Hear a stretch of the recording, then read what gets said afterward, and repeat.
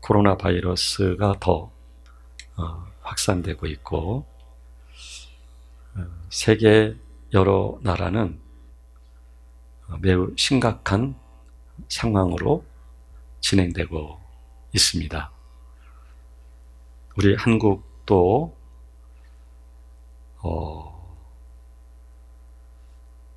계속해서 감염자 수는 늘어나고 있지요. 한때 대구 경북 지역이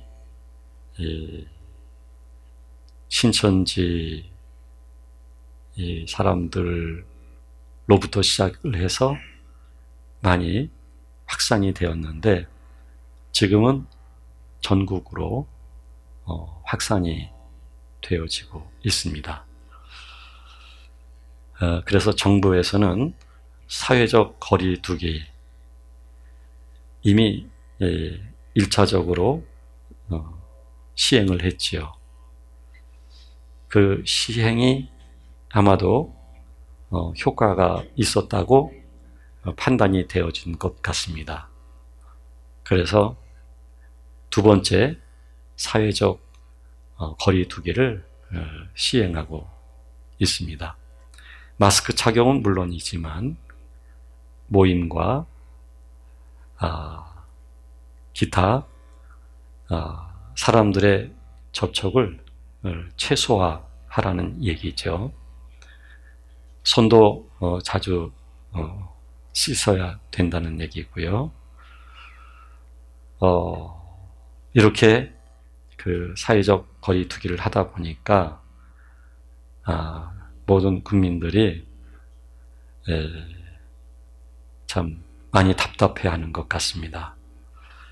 이런 시간이 앞으로도 얼마나 더 필요하게 될지 장담하기 어려운 그런 시기에 우리가 있습니다. 문제는 코로나 바이러스 감염자와 가까이 있는 것은 굉장히 위험하지요. 왜냐하면 전염이 빠르기 때문에 그렇습니다. 그래서 거리두기를 하게 된 것이죠. 사실 코로나 바이러스보다 더 무서운 게 뭐냐면,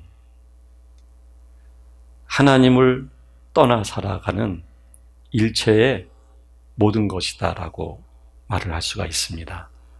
이 세상은 마귀가 일정한 기간 동안 위임받은 능력으로 통제하려고 하고 있죠.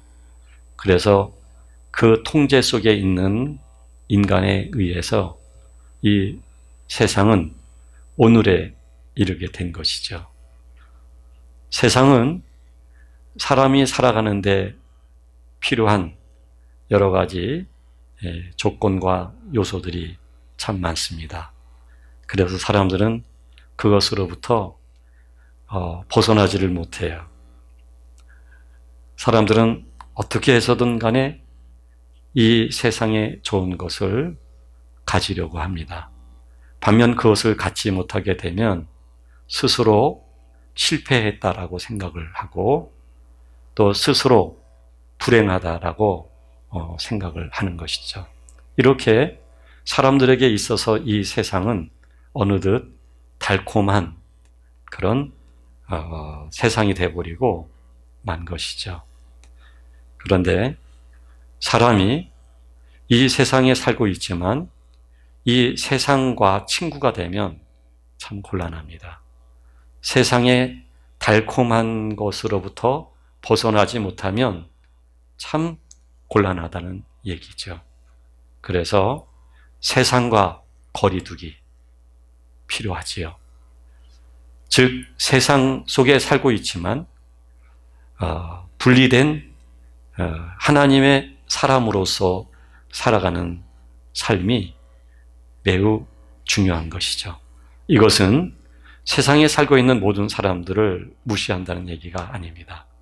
세상에 살고 있는 모든 사람들과의 관계를 중요하게 여기지 않는다는 얘기가 아닙니다. 세상에 살고 있는 모든 사람들에 대해서 비난한다는 이야기도 아닙니다.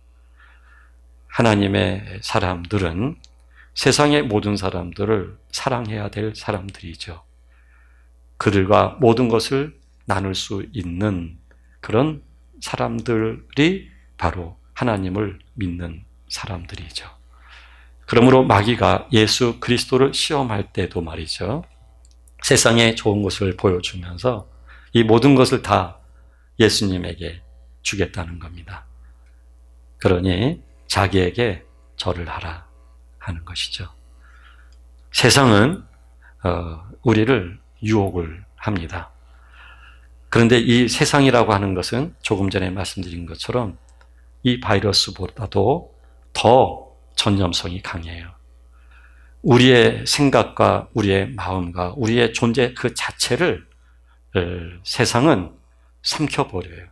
그래서 우리 존재 자체를 세상화, 세속화 시켜버리는 것이죠. 그래서 이 세상과의 분리, 거리두기, 이거는 굉장히 중요한 것이죠. 또 하나는 이 세상이 그렇게 된 이유는 뭐냐면 마귀가 지배하고 있기 때문이죠. 그 마귀의 지배의 모든 환경들은 하나님을 떠난 인간이 좋아할 수 있는 환경들이고 조건들이 되는 것입니다. 그런데 이 모든 것들은 하나님으로부터 떠난 것이 이유이죠.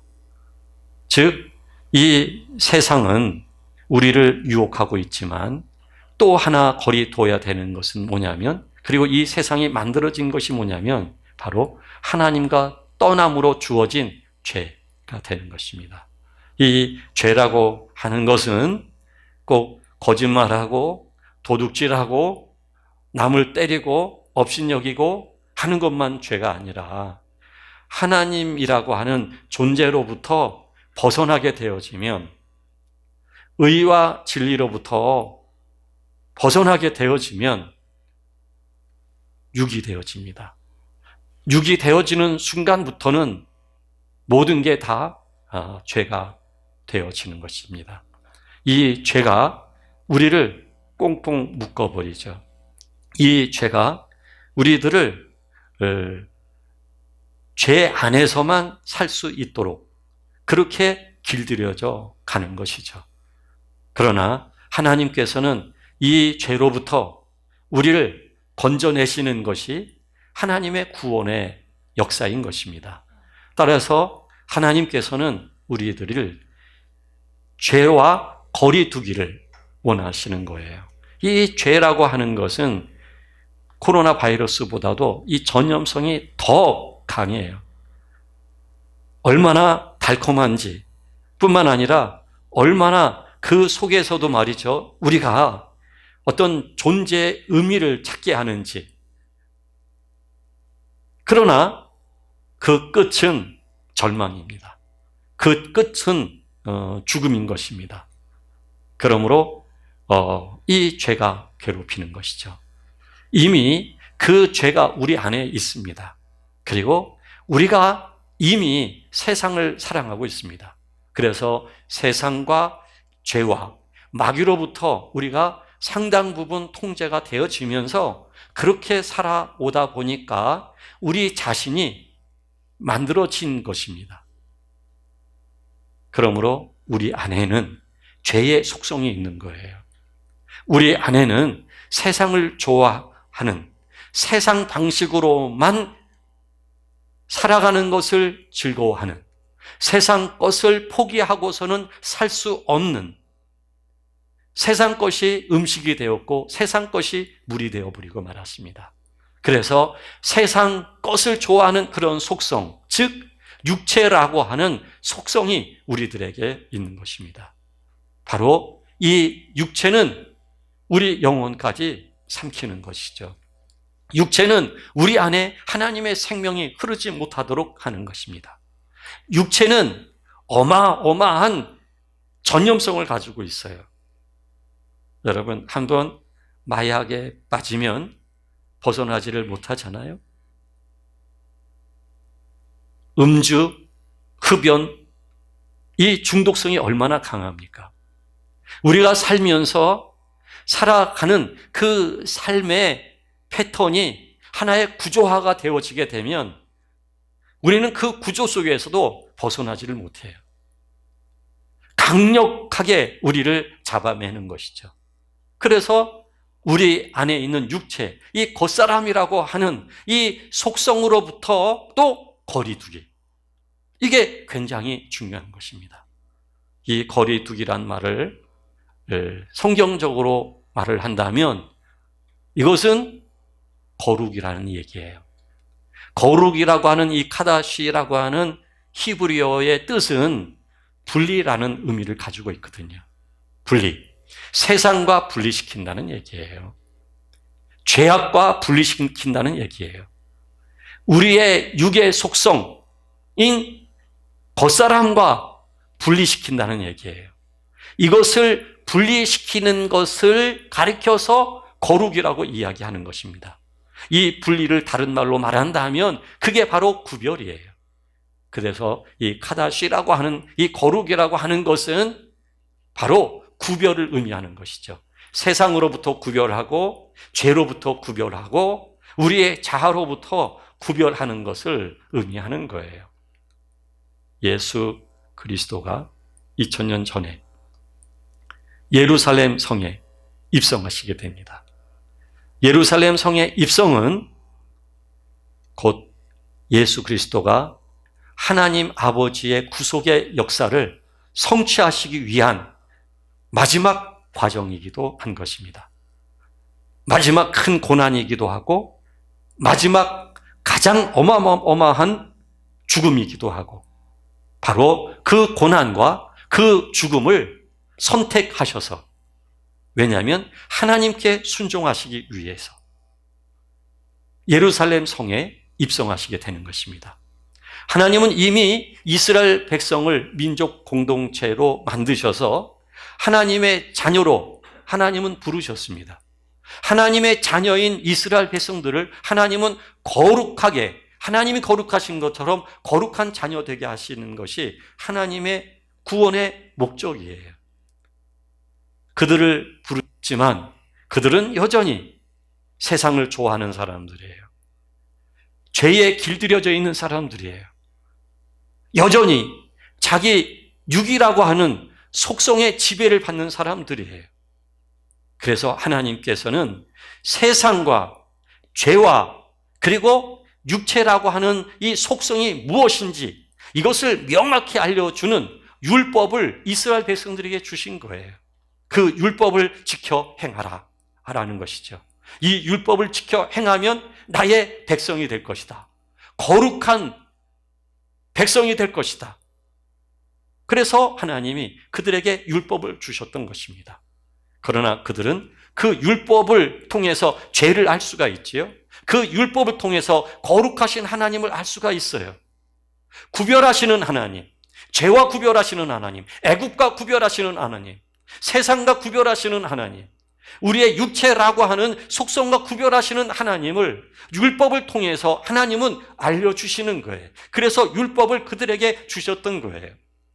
그러나 그들이 범죄할 수밖에 없는 그런 나약함과 연약함을 갖고 있기 때문에 하나님께서는 그들에게 제사하는 법을 알려주신 거예요. 5가지 제사법을 통해서 흠없는 짐승이 죽고 피를 흘리고 그것을 통해서 사람의 죄를 용서해 주시는 그런 은혜를 하나님이 주신 거예요. 그러나 율법이든 이 제사법이든 이것은 진정한 진리이신 예수 그리스도를 위한 그림자에 불과한 것이에요. 이건 하나의 비유에 불과한 것이에요. 완전한 죄의 속죄가 될 수가 없고 완전한 거룩함에 이르를 수가 없어요. 완전한 자리에 들어갈 수가 없어요. 그러므로 하나님께서는 예수 그리스도를 어린 양으로 이 땅에 보내신 거예요. 그래서 지금 예수 그리스도가 이 땅에 오신 이유는 완전한 제물로 죽으셔서 완전한 한 번의 제사를 통해서 예수 그리스도는 완전한 구원을 이루신 거예요. 예수 그리스도를 통해서 완전한 구원, 즉 우리들이 거룩함에 이를 수 있도록 하나님께서는 예수 그리스도를 통해서 그 길을 열어주신 것이에요. 바로 이 일을 예수님은 이루시기 위하여, 하나님의 뜻에 순종하기 위하여, 그것이 고난이고 그것이 죽음이지만 하나님이 인류를 사랑하시기에 사랑하는 그 인류를 위하여 자기 자신을 기꺼이 내어주기 위하여 예루살렘 성에 들어가게 되신 것이죠. 이때에 예루살렘에 있었던 사람들은 한결같이 착각을 하는 거예요. 이 왕이 이스라엘의 속국으로부터 자유시킬 것이다. 배고픔으로부터 벗어나게 해주는 경제적인 왕이 될 것이다. 이들은 그렇게 생각을 했던 거예요. 이들에게 급급한 것은 무엇을 먹을까, 무엇을 마실까에 있는 거예요. 이 세상적인 삶의 원리에 있는 거예요.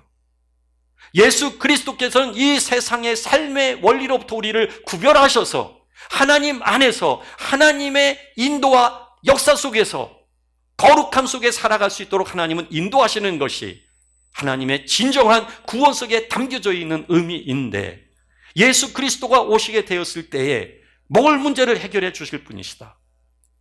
속국으로부터 있는 우리들을 로마로부터 해방시켜 줄 정치적인 지도자 중에 지도자이다라고 생각했던 것입니다.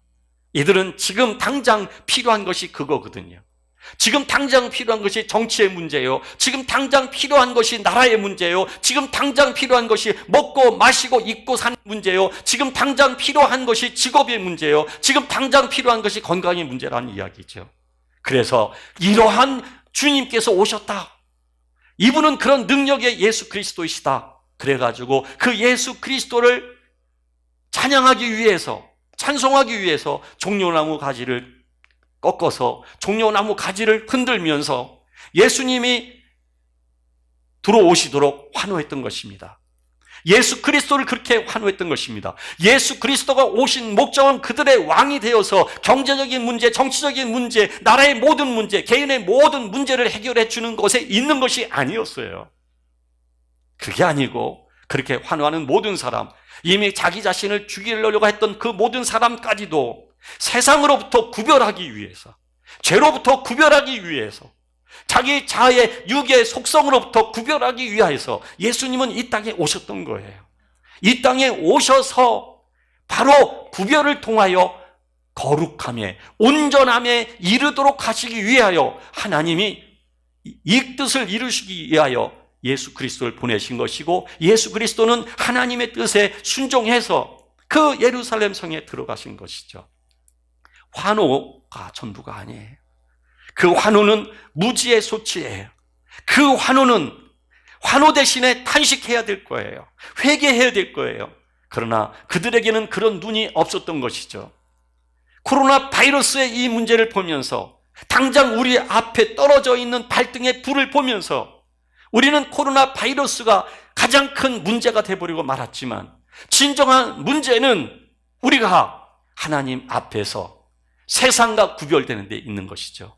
죄악과 구별되는 데 있는 것이며, 나의 육체의 속성, 내가 가지고 있는 육체라고 하는 그 속성으로부터 세상 것을 좋아하는, 하나님을 믿고 하나님을 사랑합니다라고 말을 하지만 사실은 내 안에 욕심이 있다고 말할 수가 있지요. 그것으로부터 하나님은 우리를 구별시키시는 것, 이게 하나님의 진정한 목적인 것입니다. 그러므로 여러분, 이 불안한 이 모든 것들이 지금 우리의 당면한 문제인지는 모르지만, 그러나 우리는 종려나무를 흔들었던 분들처럼 그렇게 어리석은 자리에 머물러 있으면 곤란합니다. 종려나무를 흔들면서 우리들의 왕이 되어 주소서, 우리들을 이 아픔으로부터, 이 속박으로부터, 이 아픔으로부터, 이 금주름으로부터 우리를 건져내 주소서. 이게 아니단 말이에요. 이게 아니고 주님은 우리를 구별하시기 위해서, 그래서 예루살렘 성에 들어가시게 된 것이죠.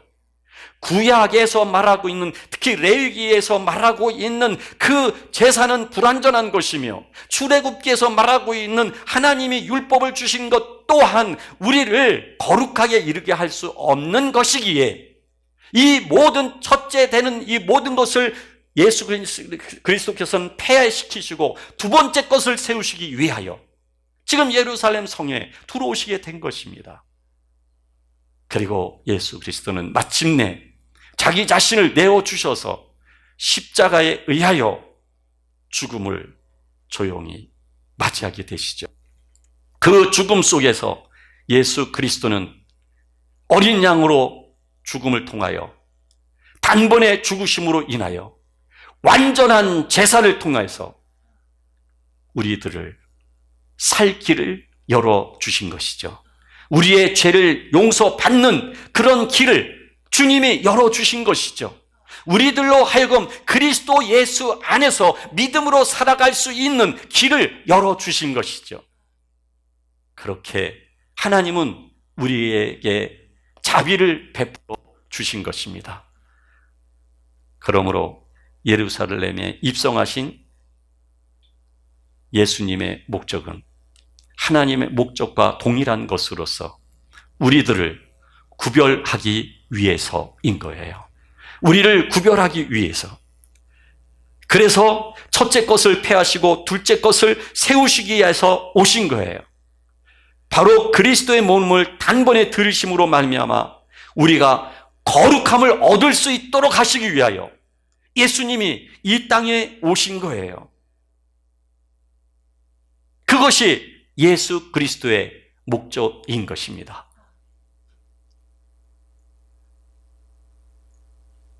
저는 변화라고 하는 것, 그리고 거룩함에 이른다고 하는 것, 이 모든 것은 인간의 노력으로 얻어지는 것이 아니라는 걸 항상 말씀드리고 있습니다. 이것은 하나님께서 하시는 역사인 것입니다. 다만 하나님이 하시는 그 역사를 영적인 눈으로 볼 줄 알고 그것을 마음으로 받아들일 줄 알아야 되는 것은 우리의 몫입니다. 우리가 그것을 못 보거나 그런 마음을 갖지 못하게 될 때 우리는 불행할 수밖에 없는 거예요. 이거는 하나님 앞에서 철저한 우리들의 몫인 것입니다. 그래서 탄식할 때 탄식할 줄 알아야 되는 것이고, 그리고 하나님 앞에서 하나님이 우리들에게 무엇을 원하시는지 그 뜻을 분별해 갈 수 있어야만 되는 거예요. 그러므로 예수 그리스도의 죽음을 통해서 우리가 무엇을 얻게 되냐면, 히브리서 10장 19절에 그러므로 형제들아 우리가 예수의 피를 힘입어 성소에 들어갈 담력을 얻었나니, 즉 성소, 우리가 죽게 되고 그리고 영원한 하나님의 나라, 그 성소를 향해서 들어갈 수 있다는 이야기도 될 것이며, 그리스도 예수님과 하나님께 나갈 수 있는, 진정한 성소에 나갈 수 있는 그런 담력을 얻게 되었다는 것도 말하는 것이며, 또 하나는 우리 안에 그리스도께서 오심으로 인하여 거하시는 성소가 있는데, 그 성소를 얻게 되었을 뿐만 아니라 그 성소 안에 우리가 들어갈 수 있는 담력을 얻게 되었다는 거예요. 이미 우리는 그런 은혜의 자리에 들어와 있는 사람들인 것입니다. 그러므로 성경은 우리들에게 이어서 권면해요. 22절에서 악한 양심으로부터 벗어나고 몸은 맑은 물로 씻음을 받았으니 참 마음과 온전한 믿음으로 하나님께 나아가자. 하나님께 나아가자는 얘기예요. 즉 온전한 믿음, 그리고 참 마음으로. 우리가 고통스러우면 그 고통이라고 하는 것은 때 묻어 있는, 욕심으로 가득 채워져 있는, 자기 생각과 자기 감정으로 가득히 채워 있는 우리들을 정화시키는 역할을 합니다. 그 고통이 우리를 누르고 또 누르고 또 누르면 우리는 비로소 하나님 앞에 머물기 시작을 하는 것이죠. 이때 나오는 것이 참 마음입니다. 이때 얻어지는 하나님의 마음이 참 마음인 것입니다. 그리고 하나님을 신뢰하는 것이 바로 참 그리고 온전한 믿음이라고 말할 수가 있는 것이죠. 그 믿음으로 나아가는 것, 이게 굉장히 중요한 거예요. 하나님 앞에 나아가는 믿음. 그래서 온전한 믿음 그리고 이 참 마음이라고 하는 것은 여러분 환경이라고 하는 그 어떤 것이 우리를 누르게 됐을 때 그때 우리는 내가 할 수 있는 모든 것을 해봤지만 더 이상 안 되고 그리고 마지막 절망의 자리에 머물게 되었을 때 그때 얻어지는 게 참 마음이며 온전한 믿음인 것입니다. 그러므로 이 코로나 바이러스라고 하는 것 여러분 이게 우리가 살고 있는 이 세상을 어떻게 바꾸게 될지 분명히 바꾸게 될 겁니다. 경제, 사회, 정치, 이 모든 것들이 바뀌게 될 것입니다. 달라지게 될 거예요. 예전 같지 않을 수도 있어요. 이런 때에 여러분, 우리는 예전 같은 생각과 마음으로만 살 수는 없을 거예요. 그러므로 하나님께서는 이런 과정 속에서도 우리를 거룩함에 나아갈 수 있도록 인도하시는 분이라는 얘기입니다. 그래서 항상 하나님 앞에서 마음을 모으고 그리고 하나님의 마음이 우리 마음속에 입혀질 수 있도록 내 마음을 항상 열어놓을 수 있어야 되고 그리고 하나님이 주시는 진정한 믿음으로 하나님 앞에서 우리는 머물 수 있어야만 되는 것입니다. 그러면서 23절에서도 이렇게 권면합니다. 또 약속하신 이는 미쁘시니 우리가 믿는 도리의 소망을 움직이지 말며 굳게 잡고 서로 돌아보아 사랑과 선행을 격려하며 모이기를 패하는 어떤 사람들의 습관과 같이 하지 말고 오직 권하여 그날이 가까움을 볼수록 더욱 그리하자. 즉 소망은 이 세상이 주는 게 아닙니다. 소망은 마인드 컨트롤을 통해서 얻어지는 게 아닙니다. 소망은 하나님이 우리를 인도하시는 과정 속에서 참 마음과 온전한 믿음을 가지게 될 때 얻어지는 것입니다. 하나님의 성소에 나아갈 수 있는 담력을 하나님으로부터 얻게 됐을 때 그때에 우리에게는 진정한 소망이 넘치게 되는 것입니다. 이 소망을 굳게 잡게 됐을 때 세상이 어떻게 변한다 할지라도 세상에 어떠한 시련이 온다 할지라도 두려움이 아니라 고요함 속에서 하나님의 뜻이 이루어지는 것을 볼 수 있는 그런 조용한 믿음의 사람이 될 것입니다. 그 가운데서 모든 사람들을 돌볼 수 있는 마음, 사랑할 수 있는 마음, 선행을 베풀 수 있는 마음, 격려할 수 있는 마음이 생기는 것입니다. 그리고 성도는 더욱 모이기에 힘을 쓰면서 마음과 마음을 나누고 교제하며 영광의 하나님께 예배하기를 기뻐하게 될 것입니다. 이것이 거룩한 하나님의 자녀들의 진정한 삶이라고 말을 할 수가 있는 것입니다. 지금 가정에서 예배하고 계신 여러분, 어떤 분은 그러시더라고요. 이렇게 예배 드리다 보니까 너무 은혜스럽고 좋다고. 그 말씀이 어떤 뜻인지 저는 잘 이해하고 있습니다. 은혜가 넘치기 때문이죠. 그런데 한두 번 또 네다섯 번 경험에는 그런 마음이 있을 수 있을 것입니다. 그러나 지속되었을 때 우리는 어떻게 바뀌어 있는지 모릅니다. 그래서 저는 성도 여러분들 한 분 한 분뿐 아니라 모든 이 땅에 믿는 믿음의 사람들에 대해서 하루도 염려가 없는 날이 없습니다. 혹시라도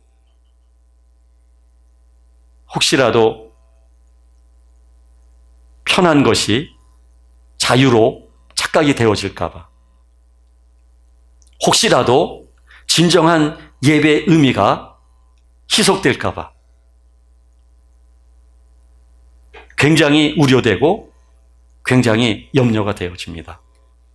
그러나 오늘 아침에 잠깐 그런 생각을 가졌습니다. 하나님이 인도하신 여러분 한 분 한 분이 어떻게 인도를 받았으며 어떻게 사랑을 받았는지 그것을 알기에 하나님을 믿는 믿음으로 여러분들을 믿기로 하였습니다. 그래서 여러분들이 지금 이런 시대에 가정에서 예배를 드릴 수밖에 없어 예배를 드리시고 계시지만, 그러나 하나님 앞에서 거룩한 자리에 이르기 위하여 이 사회가 사회적 거리두기를 하고 있는 것처럼 세상과 죄와 자기의 육의 속성으로부터 거리두기를 할 수 있는 구별의 삶을 살 수 있는 여러분들로서 더 매진할 수 있는 그런 분들이 될 거라고 저는 생각합니다. 하나님은 그렇게 저와 여러분들을 이끌어 가실 것입니다. 그래서 이제는 죄에게 길들여져 있는 것이 아니라, 우리 육체에게 길들여져 있는 것이 아니라 하나님의 말씀과 그리고 하나님을 사랑하는 마음으로 길들여진 온유한 하나님의 사람들이 될 것입니다. 하나님의 성소에서 즐거워하며 춤을 추며 노래하며 하나님을 경외하며 그렇게 살아가게 될 것입니다. 하나님의 은혜가 여러분들에게 영원히 함께할 것을 믿습니다. 기도하겠습니다. 하나님 감사합니다. 이와 같은 어려운 시기 속에 놓여 있지만 이 어려운 시기가 우리의 모든 것을 빼앗아 가는 것이 아니라 하나님으로부터 믿음을 얻게 되어지고 하나님으로부터 오는 참된 마음을 얻게 되는 영적 유익이 있음을 믿습니다. 우리가 영적 유익 속에서 더욱 하나님 앞에서 거룩하게 살게 하옵소서. 특별히 이 땅에 힘들어하는 모든 사람들을 위로하시고 소망을 주시기를 간절히 원합니다. 예수님의 이름으로 기도드리옵나이다. 아멘.